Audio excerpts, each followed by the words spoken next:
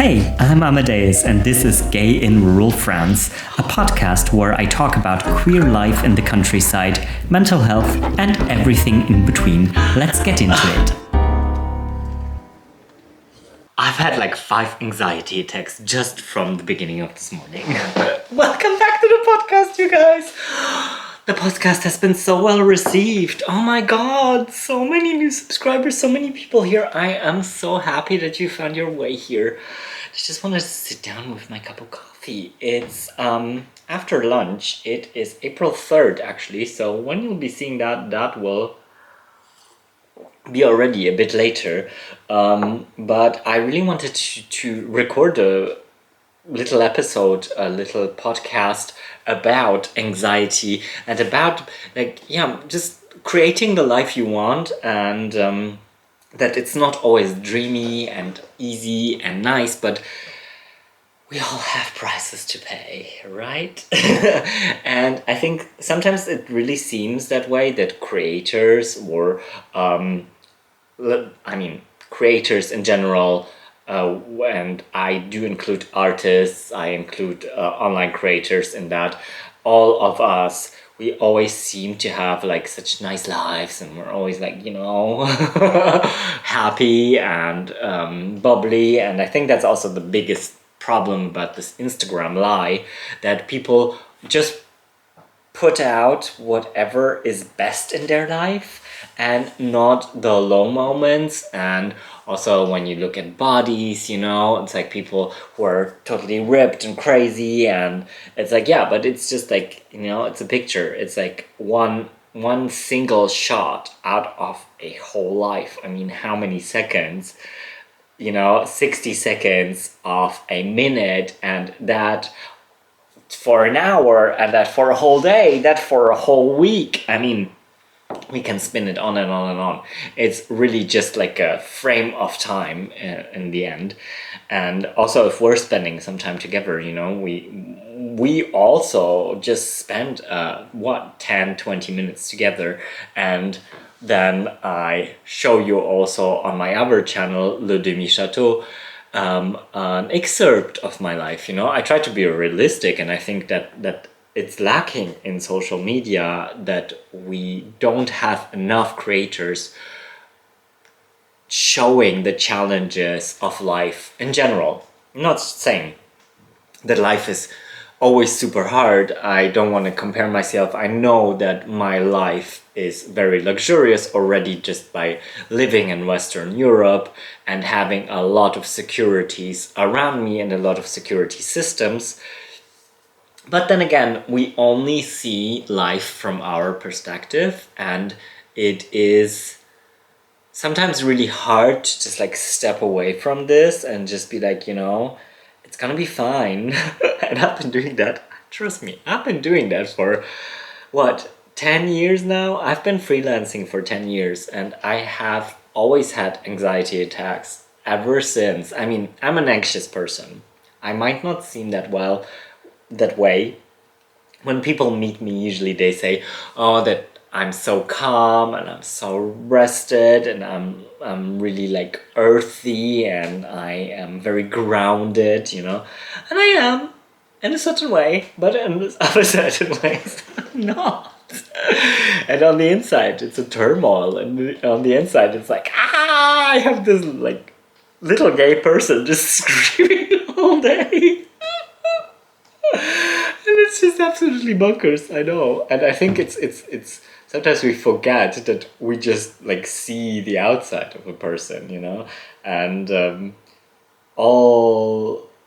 we all carry like so many sides of us in us, So I think sometimes it's really easy to forget that, and sometimes it's at the same time it's also really easy to forget that there's other people around who actually like also have like whole life paths. They have had a whole life before, they will have a whole life after, and you meet and you intertwine, but it's just so complex. Sometimes I just find like even just like this, even just human life is like so complex for the brain to understand, that there's like 8 billion people, 80 billion, I don't even know. It's like, I would need to verify. But just around, like, like Germany, I know there's 80 million people in Germany. I mean, 80 million, already that is just like can you imagine 80 billion people, and all these people have anxieties, problems, hopes, wishes. They love, they fear, we all share all of this. It's just absolutely mind-blowing, I think, and it's so hard for your brain to wrap around. And sometimes I think it's good when things like this happen. Today I was really anxious because I had an interview about a project, a cultural project that I was going to introduce to the region of Nouvelle-Aquitaine where I live, and they had a call for projects, and I suggested them a project and I described quite well, I think, in the email, and then they invited me for a exchange on a Zoom meeting. So yeah, and that Zoom meeting was supposed to take place yesterday, but it couldn't because some people couldn't join in, so we did it today. In the end, it was just one person, and I was really like, oh my god, I was working myself up to it because I didn't know what to expect, and I'm a very controlling person. I would say sometimes I tend to be a control freak. I don't like the feeling of losing control of a situation, especially. I love the feeling of losing control on stage, or not losing control, but losing myself on stage when I dance, for example. And this is a feeling it's just amazing, and this is what I get also when I'm running on a runner's high, which unfortunately I also have to stop because my psoas is acting up. But that's a whole different story. So I think that, to deal with those anxieties, sometimes it helps to know that I think we all deal with them, and to just let it go as well, to just let it out, After the interview, I was really like, he had so many questions, and I was trying to answer, and it was all in French, so my French is good, but it's definitely not I would say it's like a bad B2 kind of, like scratching up on B2. So it's definitely not C1, which would be almost like super fluent, very broad vocabulary. What I would think is my English, basically, but French is also my fourth language, so it's sometimes I get a bit stressed, and the more stressed I get, the less words actually come, the more kind of word vomit comes out of my mouth. And that's why I've gotten to the habit that I at the very start of each conversation, like professional conversation, I say that I am not a native speaker and that I am very sorry for any mistakes I'm going to make in that conversation. And I think it's much better this way, I think it's because it just loosens up the atmosphere, and people might be able to understand more what I'm actually going through and not be weirded out by it, So yeah, and after that whole thing, I poured all of these things in. I poured all of my knowledge around that topic. I talked about it. I talked about my ideas, my wishes for this project. And then he sent me all the documents that I needed, because he said, like, the project is eligible for funding, but, well, you need to apply for the funding, essentially. So he sent me all those documents, and I just took a look, and France is very bureaucratic, and each time, like already in Germany, like applying for funding, it's each time like you're starting a new bachelor thesis. So just looking through those things just made me so anxious again, and I felt like my everything was closing up, my chest was closing up. It felt like a really heavy. I was like, okay, I need to get out of this office. So I got out of my office, which is in my little corridor. It's already like not such a good idea to have an office there, obviously, but for now it's the only place in the chateau that I can have an office. But without sacrificing guest rooms. So I went out of the office, and I was like, it was 11 something And I was like, you know what? I'm hungry. I think I need to cook. And cooking always kind of calms me down. And I think if you have something that does that, for me, it's cooking, walking, and being just purely being outside while moving. If it's dancing, if it's walking, if it's running, if it's biking, I don't mind any of those. As long as it's outside, I'll find peace and happiness, and I find like ways to kind of feel that I'm part of this whole thing. But because I think that's the thing, when you have those anxieties and when you have those like almost like a panic attack, for me it really helps to be like grounded and to know that I am part of something, and I'm completely alone here, and I'm doing so much alone. I'm doing so many projects alone, and I'm not saying that to get compliments from you that I do things alone. I know that I do well, but sometimes it's really it is a lot of pressure, and it's a lot of things that I have to keep in my mind, and a lot of things that I have to constantly think about. So just that can be very, very overwhelming, and organizational wise a bit like, oh my god, what's going to happen now? So yeah, I think when I started cooking, I already realized, okay, I'm coming down. I put on my one of my favorite YouTubers, just watched her vlog, and I was like, okay, this is actually helping to calm me down. And I think it's those little coping mechanisms that you find over the years if you fine tune on to your feelings and on to your emotions, that will help you go through things. I'm not saying like this is not replacing any like severe mental health issues. I still think I'm not a professional, I'm not certified to give any help, so keep that in mind. But I can only talk to you from my experience. And that's what I have been experiencing. And I think the moment I feel a connection, I feel already much more calm. And that's why I also love doing social media, because I feel that we have a sort of exchange, a connection. Something is happening. I feel that I am being part of something rather than just being my own entity.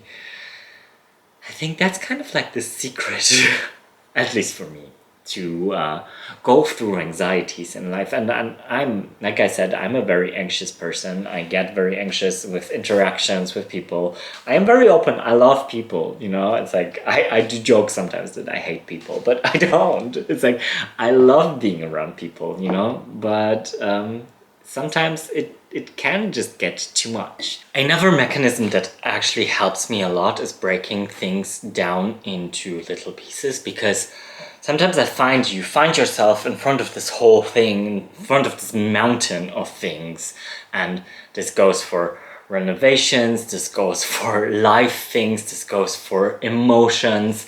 I think if you are able to break it down into smaller pieces, then you are actually going to see that this mountain has a few steps that you can take, that you can actually go over the mountain, and not having to trying to push mountains away or move mountains, because it's not gonna happen, obviously, with brute force. So I think once you kind of like you accept that you're overwhelmed, and I think that's the first step, because if you don't accept that you're overwhelmed, I don't think you can progress in a emotionally stable way.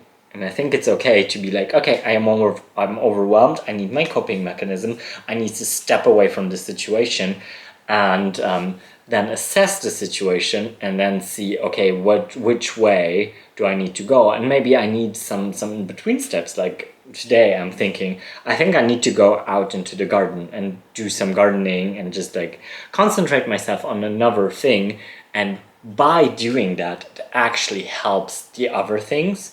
And I think that's also how artistic processes usually work. You're really like being in this problem, or you're very aware of the problem, but you might be doing other things, but then you will turn out with solutions for this problem eventually, because in the back of your mind, it's anyway, your brain is processing. I mean, our brains are still more powerful than the most powerful computers. So I think we should give them some credit and let your body do the work as well, And for emotions, I do it the same way. I feel there might be emotions that really overwhelm me. There's situations in life, where you just don't know how to react, and I think that's how I reacted with when I outed myself to my parents. I was very emotionally overwhelmed because I was kind of forced by my father to say that I'm gay. Well, not in a very not in a very negative way. My father was very accepting, but he kind of forced my coming out, and that just triggered a series of unfortunate events that led to me in the end moving out at the age of 16 and going to ballet school, which without the help of my parents, like the financial help of my parents, I would have never been able to. But on the other hand, it made it was a good solution for me because it created distance between my parents and me, which I think we really needed. But I didn't have these mechanisms and these thoughts in place where I could just take apart what's going on inside of me. And I was just raging as I was just overwhelmed and raging and finding comfort in things that maybe just temporary pleasures and things like this that just they're not solutions. It's just another band-aid that you put on a huge wound, instead of assessing what's really going on and why is this and where does it come from. And I think now, after having lived on this earth for almost 38 years and having had therapy and having had quite a few challenges in life, like going through my outing, going through ballet school and living alone at the age of 16, going through a very hard and tough regime at the ballet school, then having anorexia in ballet school, then getting out of anorexia, then ending up with body dysmorphia, which I still have to this very day, then developing sport bulimia in my early 30s. I think it's okay to fall back, I think it's totally human. It's okay, we all make mistakes, we all make things that are not good for us, and I think it's the point where we realize where we need to pull the plug on things, or when we need to assess a situation. And I think nowadays I can step back from it, assess it, and see, okay, these are the little parts of it, this is what makes the wheel turn. What can I take out now? What kind of emotions can I deal with at this very moment? And what answers can I give myself as well, And I think, that always helps me. I just really wanted to share that with you guys. So I hope you enjoyed this week's podcast, and I will talk to you next week with another one. You can also find in the description down below the link to my other channel, Le Dreamy Chateau, where it's more about life in France and renovations and everything. This one is just a pure video channel. It's not a podcast channel like this one. So and if you've enjoyed this podcast, then please leave a like, leave a comment down below if you're watching also on YouTube, and I shall see you all next week. Until then, bisous and bye!